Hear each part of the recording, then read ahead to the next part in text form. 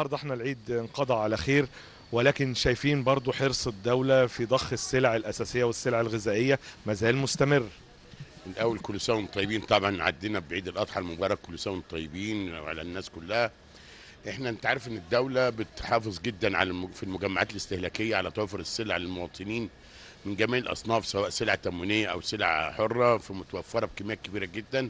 وصرف التموين قائم بطاقه 100% للناس كلها، والزبون بياخد بطاقه التموين بتاعته وبيضرب ياخد الزيت والسكر والمكرونه بتاعته، ولو في باقي له حاجه او فرق العيش بيخش السوبر ماركت يجيب اللي هو عايزه. طيب قول لي السلع بقى، الرز والمكرونات السكر كله متوفر الحمد لله. السكر متوفر، السكر الحر والسكر التموين. عندنا الرز متوفر، اسعاره تبدا من 27 جنيه. وعندك المكرونات بجميع انواعها، سواء المكرونه بتاعه التموين موجوده ب 8 ونص، سواء المكرونه الحره بتبدا من 10 ونص.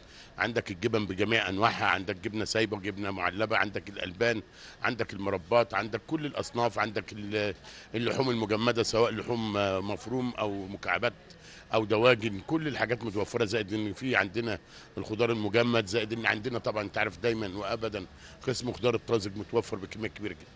لكن يمكن قلت لي قبل التسجيل ان كان في ضغط شويه على الرز، ولكن كان متوفر وما زال متوفر.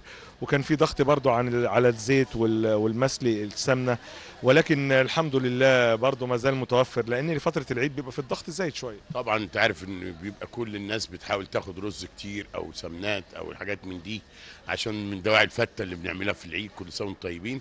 زائد ان عندك انت طبعا الدوله بتحاول في المجمع يكون دايما وابدا في رصيد متوفر، مش يكفي مش اقل حاجه من 3 شهور اقل حاجه. الاسعار الحمد لله عندنا اسعار مستقره، واقل من السوق الخارجي، مش اقل من 15 20%.